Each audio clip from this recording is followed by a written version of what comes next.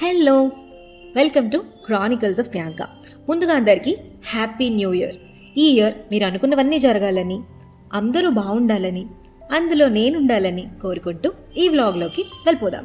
ఇవాల్టి మన vlog is all about Vaikuntha Ekadashi రోజున అష్టలక్ష్మి టెంపుల్ని విజిట్ చేసిన మూమెంట్స్. మీరు కనుక నా షార్ట్స్ ఫాలో అయ్యి ఉంటే, నేను లాస్ట్ ఇయర్ డిసెంబర్లో మేనిఫెస్ట్ చేశాను, పక్కనున్న అష్టలక్ష్మి టెంపుల్కి వెళ్ళలేకపోతున్నాను, ఈ ఇయర్ డిసెంబర్ లోపు ఎలా అయినా వెళ్ళాలని. ఆ మేనిఫెస్టేషన్ ట్రూలీ అకంప్లిష్డ్ అన్నదానికి నిదర్శనమే ఈ vlog. Temple hits different when you're wearing లంగావోని కదా. ఈ లంగావోని మా తాతయ్య కొనిపెట్టాడు. సో నేను బేసిక్ మేకప్తో, సింపుల్ జ్యువెలరీతో స్టార్ట్ అయిపోయాను. వైకుంఠ ఏకాదశి రోజు ఎర్లీ మార్నింగ్ చాలా రష్ ఉంటుందని, సరే ఎలాగో ఆఫీస్ వర్కింగ్ డేనే కదా అని చెప్పేసి వర్క్ అవర్స్ అయిపోయిన తర్వాత మళ్ళీ ఫ్రెష్ అప్ అయ్యి వెళ్దామని మేము బయలుదేరాక చూస్తే ఇక్కడ కూడా చాలా రష్ ఉంది.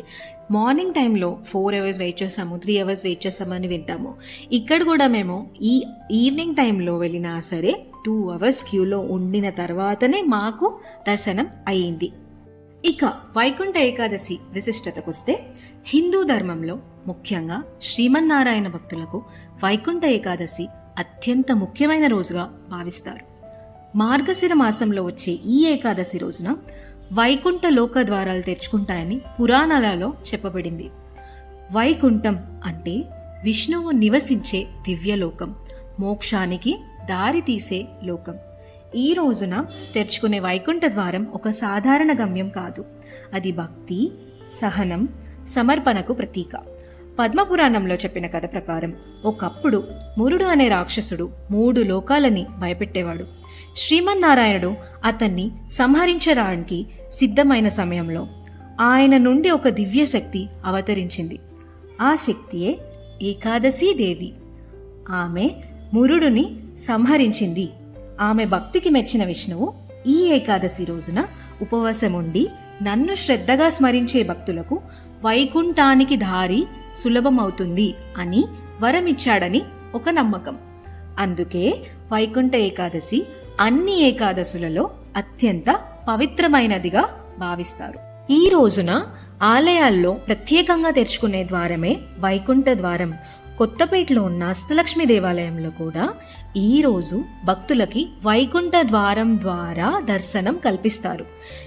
ఈ ద్వారం ద్వారా ఆలయాల్లోకి ప్రవేశించడం ఒక ప్రత్యేకమైన ఆధ్యాత్మిక అనుభూతి.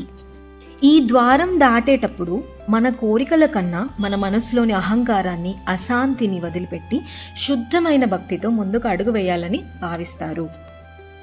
శ్రీ అష్టలక్ష్మి దేవాలయం తెలంగాణలోని అత్యంత విశిష్టమైన లక్ష్మీ దేవాలయాలలో ఒకటి. ఇది వన్ ఆఫ్ ది పవర్ఫుల్గా భావిస్తారు. ఈ ఆలయ విశిష్టత ఏమిటంటే, ఇక్కడ అమ్మవారు ఒకే చోట 8 రూపాల్లో దర్శనమిస్తారు. ఆ రూపాలు ఆదిలక్ష్మి, ధనలక్ష్మి, ధాన్యలక్ష్మి, గజలక్ష్మి, విజయలక్ష్మి, సంతానలక్ష్మి, ఐశ్వర్యలక్ష్మి మరియు వరలక్ష్మి. ఈ ఆలయం దక్షిణ భారత శిల్ప శైలిలో నిర్మించబడింది. గోపురంపై ఉన్న శిల్పాలు, చిన్న చిన్న దేవతా విగ్రహాలు ఆలయానికి ప్రత్యేక శోభనను ఇస్తాయి.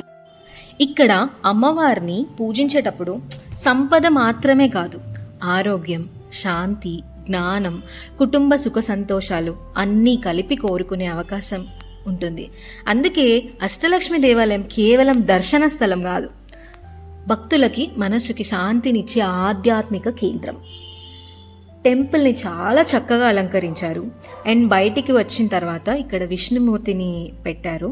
అండ్ లక్ష్మీదేవుల విగ్రహాలని కూడా పెట్టారు. మెయింటెనెన్స్ చాలా బాగుండింది, ప్రసాదం బాగుండింది. అన్నిటికన్నా మించింది ఏంటంటే అక్కడ చాలా పీస్ఫుల్ అయిన వాతావరణాన్ని వాళ్ళు క్రియేట్ చేశారు. మనం టెంపుల్కి వెళ్ళినప్పుడు వెళ్ళిన ఆ పర్పస్, బేసిక్గా ఏ టెంపుల్కి వెళ్ళినా సరే మీరు గమనిస్తే ఎక్కువసేపు వెయిట్ చేయడం, ట్రావెలింగ్, ఈ హడావిడే సరిపోద్ది.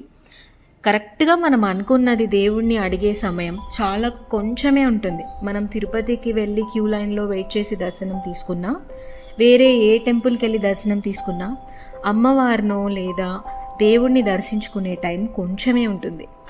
Few seconds are for that matter అది ఫ్యూ మినిట్సే ఉంటుంది. సో ఇంత హడావిడిగా వెళ్ళి ఆ యాక్చువల్ థింగ్ని మర్చిపోకుండా కరెక్ట్గా అమ్మవారిని చూసి లేదా దేవుడిని దర్శనం ఇచ్చుకునేటప్పుడు అటెంటివ్గా అదొక్కటి మనసులో అనుకుని ప్రశాంతంగా తిరిగి రావాలి. సో ఇది ఎవ్వరు మిస్ చేయొద్దని నేను చెప్తున్నాను. So this is all about Ashtalakshmi temple visit.